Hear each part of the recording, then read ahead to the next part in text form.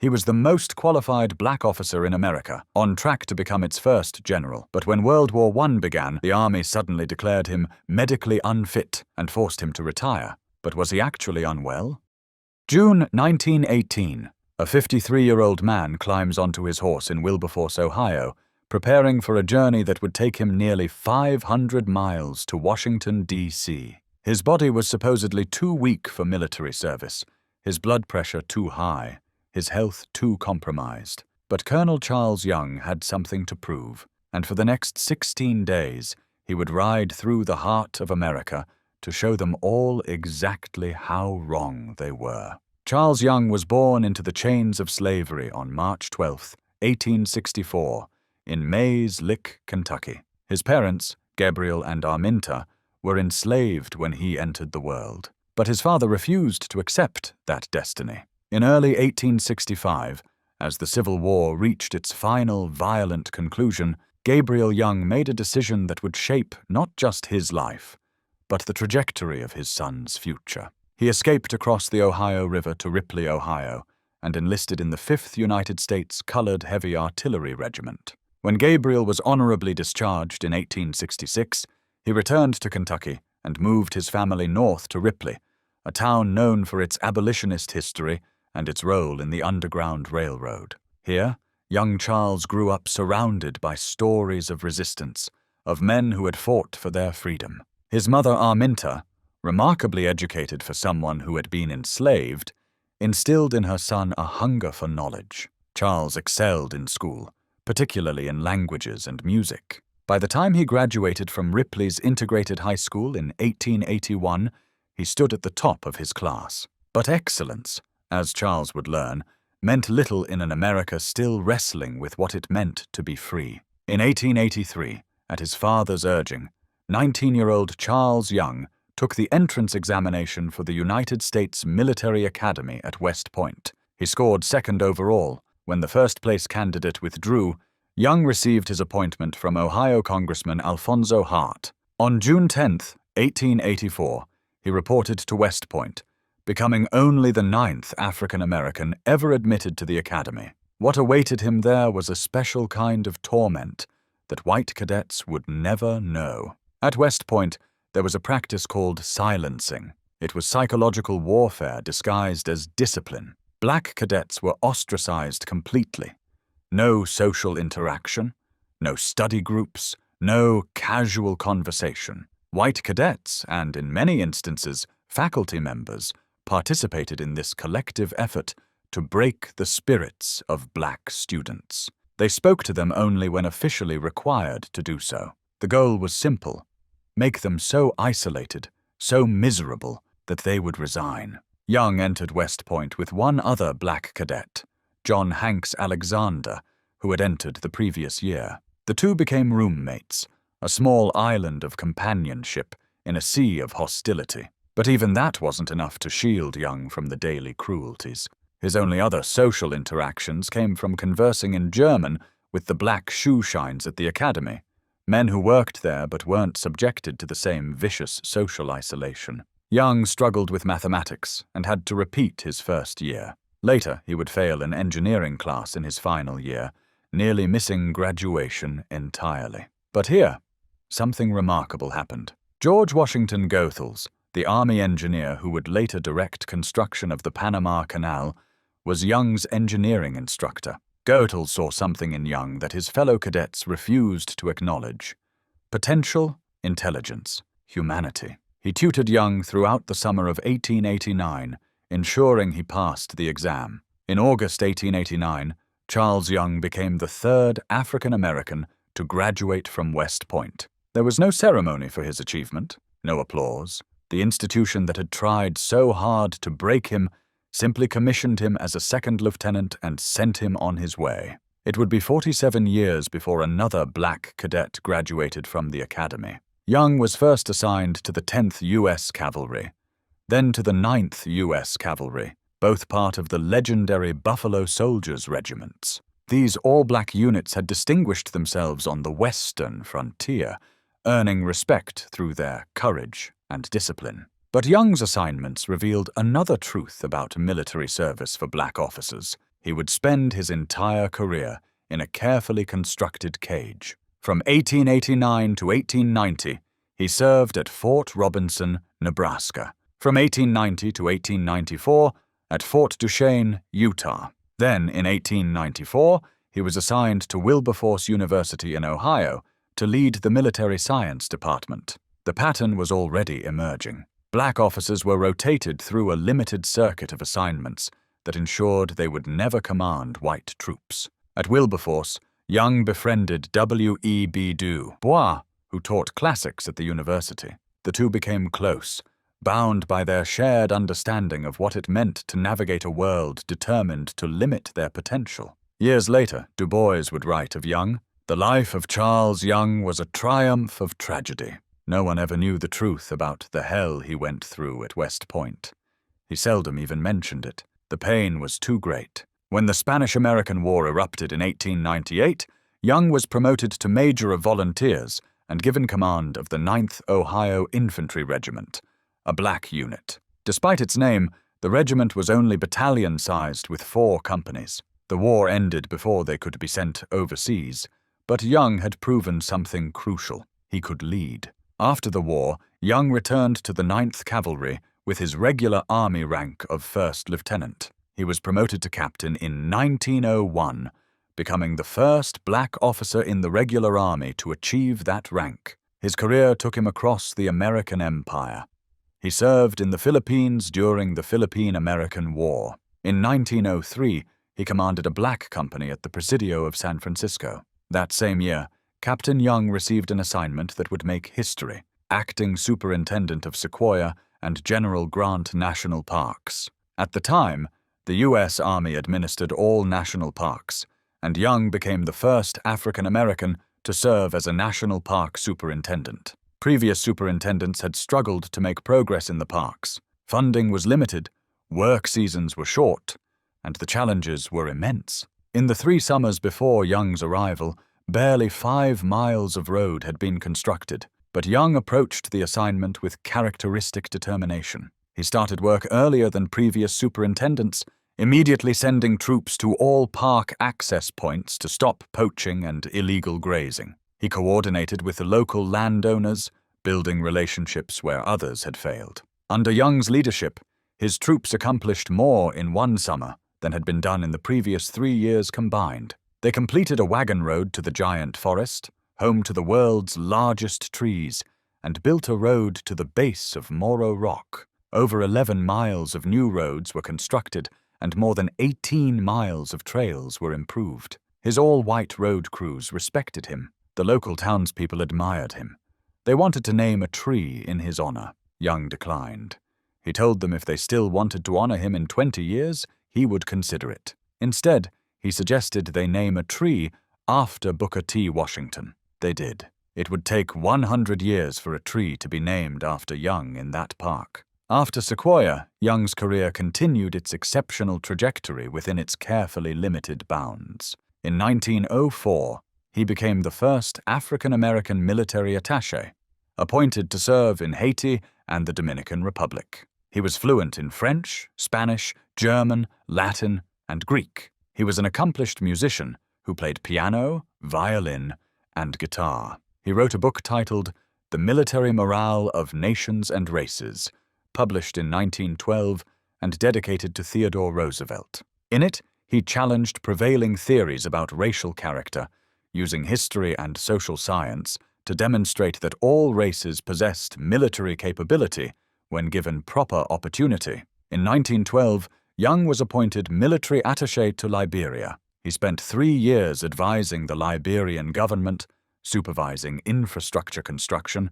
and organizing and training the Liberian Frontier Force. On August 28, 1912, he was promoted to Major, becoming the first African-American to achieve that rank in the regular armed services. His work in Liberia was so exceptional that in 1916, the NAACP awarded him the Spingarn Medal, given annually to the African-American demonstrating the highest achievement and contributions. But as Young's star rose, so did the fear among white officers about what that meant for the military hierarchy. In 1916, Young was assigned to the 10th Cavalry as a squadron commander. He participated in the punitive expedition into Mexico, leading troops in the pursuit of Pancho Villa along the U.S.-Mexican border. Young and his soldiers performed brilliantly under the command of General John Blackjack Pershing. His exceptional leadership earned him a promotion to lieutenant colonel on July 1, 1916, making him the first African American to attain that rank. Then America entered World War I, and everything changed. Young was assigned as commander of Fort Huachuca in Arizona, home of the 10th Cavalry Buffalo Soldiers. He was the most experienced black officer in the United States Army. He had served in combat in the Philippines, in Mexico, across the American West. He spoke multiple languages, had diplomatic experience, and commanded the respect of everyone who served under him. Logic dictated he would be a natural choice to command black troops heading to Europe. He might even be promoted to brigadier general. But white officers, particularly those from the segregated South, were horrified at the prospect of serving under or alongside a black general officer. A white lieutenant named Albert Dockery, who served under Young, complained to the War Department that he did not wish to serve under a black man. Secretary of War Newton D. Baker told Dockery he should either do his duty or resign. Senator John Sharp Williams of Mississippi complained to President Woodrow Wilson on the lieutenant's behalf. Wilson overruled his Secretary of War and had the lieutenant transferred. The message was clear. Charles Young would not be allowed to rise any higher. In May 1917, Young went for a routine physical examination in preparation for being sent to Europe. The doctor found signs of high blood pressure and protein in his urine, suggesting possible kidney damage. A medical board examined him. 2 separate boards recommended that his physical condition be waived and that he be promoted and kept on active duty. The chief medical officer disagreed. On June 22, 1917, Charles Young was promoted to colonel, becoming the first African American to achieve that rank in the United States Army. But the promotion was hollow. On July 31, 1917, he was forced into medical retirement. At 53 years old, supposedly too ill to serve, Colonel Young watched as younger, less experienced officers prepared to lead troops into combat, while he was sidelined. The NAACP launched an intensive lobbying effort. Friends and supporters wrote letters on his behalf. Theodore Roosevelt, who had served alongside Young during the Spanish-American War, recommended him to lead a volunteer regiment. Young himself pleaded with the War Department, writing letter after letter requesting to be returned to active duty. Nothing worked. For an entire year, Young fought the decision. He taught military science at Wilberforce University, training young black men for a war he wasn't allowed to fight. The frustration must have been unbearable. He had spent his entire life proving himself, excelling at every assignment, breaking barrier after barrier, only to be told at the moment when his country needed experienced officers most that he was too sick to serve. So Charles Young decided to prove them wrong in the most dramatic way possible. On June 6, 1918, after the school year ended, Colonel Young mounted his horse in Wilberforce. Over the next 16 days, he would ride 497 miles to Washington, D.C., walking on foot for 15 minutes of every hour. He rode through Ohio, through Pennsylvania, into Maryland, and finally into the nation's capital. He covered 94 miles in the first 3 days alone. Think about what this meant. A 53-year-old man, supposedly debilitated by high blood pressure and kidney disease, riding nearly 500 miles on horseback to prove his physical fitness. People recognized him in towns along the way. Newspapers covered his journey. The Cleveland Advocate reported, Washington's colored population was agreeably surprised today with the arrival of Colonel Charles Young, who came all the way from Wilberforce, Ohio, his home a distance of 497 miles, on horseback and foot. The colonel looks fit for an endurance hike, or for service at the front. Young arrived in Washington in remarkable physical condition. He had proven beyond any doubt that he was fit for duty. He met with officials. He showed them what a supposedly sick man could accomplish. He demonstrated that the medical retirement was exactly what everyone knew it was. a pretext to keep a black officer from achieving general rank. But President Woodrow Wilson, who had resegregated federal offices and screened the birth of a nation in the White House, was not moved by Charles Young's extraordinary protest. The medical retirement stood. Young returned to Wilberforce, forced to watch the war from the sidelines. Then, on November 6, 1918, 5 days before the armistice that would end World War I, the War Department suddenly recalled Colonel Young to active duty. He was assigned to Camp Grant in Illinois to train black soldiers for non-combat duties as stevedores and laborers. The war ended 5 days later. Young had been given just enough service to maintain his commission, but not enough to see combat or earn promotion. It was a final insult, wrapped in bureaucratic procedure. In 1919, the State Department requested that Young be sent once again to serve as military attaché to Liberia. He sailed for England in January 1920 with his wife Ada and their 2 children, Charles Noel and Marie Aurelia. While his family went to France, Young continued to Liberia, arriving in Monrovia in February. The War Department also tasked him with intelligence gathering throughout Africa. The assignment was, in many ways, the Army's way of sending Young as far away as possible. He was too accomplished to be dismissed entirely, too respected within the black community to be openly disgraced, but too dangerous to white supremacy to be allowed prominence in America or Europe. In November 1921, Young's duties took him on a reconnaissance mission to Lagos, Nigeria. There, the kidney disease that the Army had diagnosed 4 years earlier finally manifested in full force. On January 8, 1922, at age 57, Colonel Charles Young died of acute nephritis at the British hospital in Lagos. The irony was devastating. The medical condition that had been used as a pretext to deny him service had indeed existed all along. Young had pushed through it with sheer determination, riding 497 miles despite failing kidneys, serving in Africa despite deteriorating health, because he believed in duty, honor, and country, even when his country refused to believe in him. British law required that Young be buried in Lagos for 1 year before his remains could be repatriated. His widow Ada and countless supporters in the black community fought through the bureaucratic obstacles to bring his body home. On June 1, 1923, Colonel Charles Young's remains arrived in New York to a hero's welcome. Crowds gathered to honor his long and accomplished career. His funeral service was held at the Memorial Amphitheater at Arlington National Cemetery. He became only the 4th soldier in American history to receive this honor. He was buried in Section 3, Grave 1730, with full military honors. The New York Times ran his obituary, acknowledging his national reputation and unique achievements. But the title on his tombstone read Colonel, not Brigadier General. The rank he had been qualified for, the rank he would have achieved if not for the color of his skin, remained forever out of reach. W.E.B. Du Bois delivered the eulogy at Young's funeral. His words captured the terrible complexity of Young's life. The life of Charles Young was a triumph of tragedy. Few knew what faced him always in his army life. It was not enough for him to do well.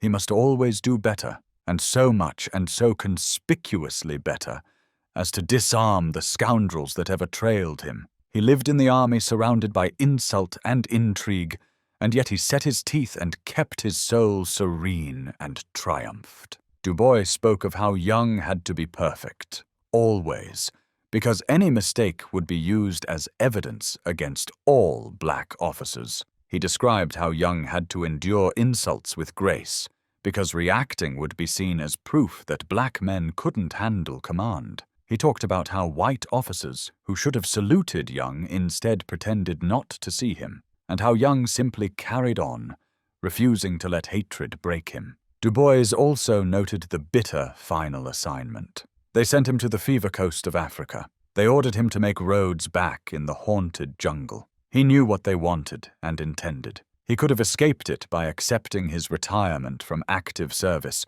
refusing his call to active duty, and then he could have lounged and lived at leisure on his retirement pay. But Africa needed him. He did not yell and collect money and advertise great schemes and parade in crimson. He just went quietly, ignoring appeal and protest. For decades, Young's story faded from public memory. His achievements were footnotes in military history books, if they were mentioned at all. His house in Wilberforce, which he had purchased in 1907 and named Youngsholm, was designated a National Historic Landmark in 1974. But even then, his story remained largely unknown to most Americans. In 2013, President Barack Obama designated Youngsholm as the Charles Young Buffalo Soldiers National Monument, the 401st unit of the National Park System. The house, built in 1856, had once been a station on the Underground Railroad. In purchasing it, Young had created a symbol of how far his family had come from slavery to military service to property ownership. The designation brought renewed attention to Young's remarkable life. But the most significant recognition came on November 1st, 2021. Undersecretary of Defense Gilbert Cisneros, Jr.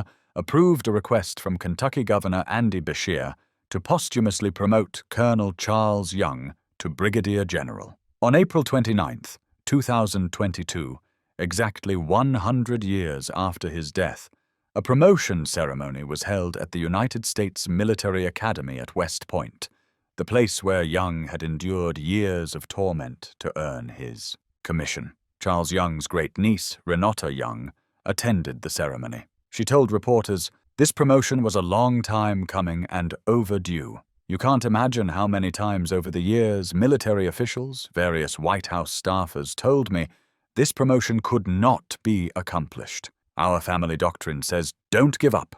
Find a path, an angle, an ally, a change in the protocol or regulation to reach the desired results." The posthumous promotion made Young retroactively the first African-American general officer in the history of the United States Army. It was recognition that came a century too late, but it was recognition nonetheless. Charles Young's story forces us to confront uncomfortable truths about American military history. He was not denied command because he lacked ability. He graduated from West Point. He served with distinction in multiple conflicts. He spoke 5 languages. He was respected by everyone who served under him, regardless of race. He accomplished more in one summer as a national park superintendent than his predecessors had in 3 years. He led troops in combat, advised foreign governments, and trained the next generation of officers. He was denied his rightful place in military leadership for one reason: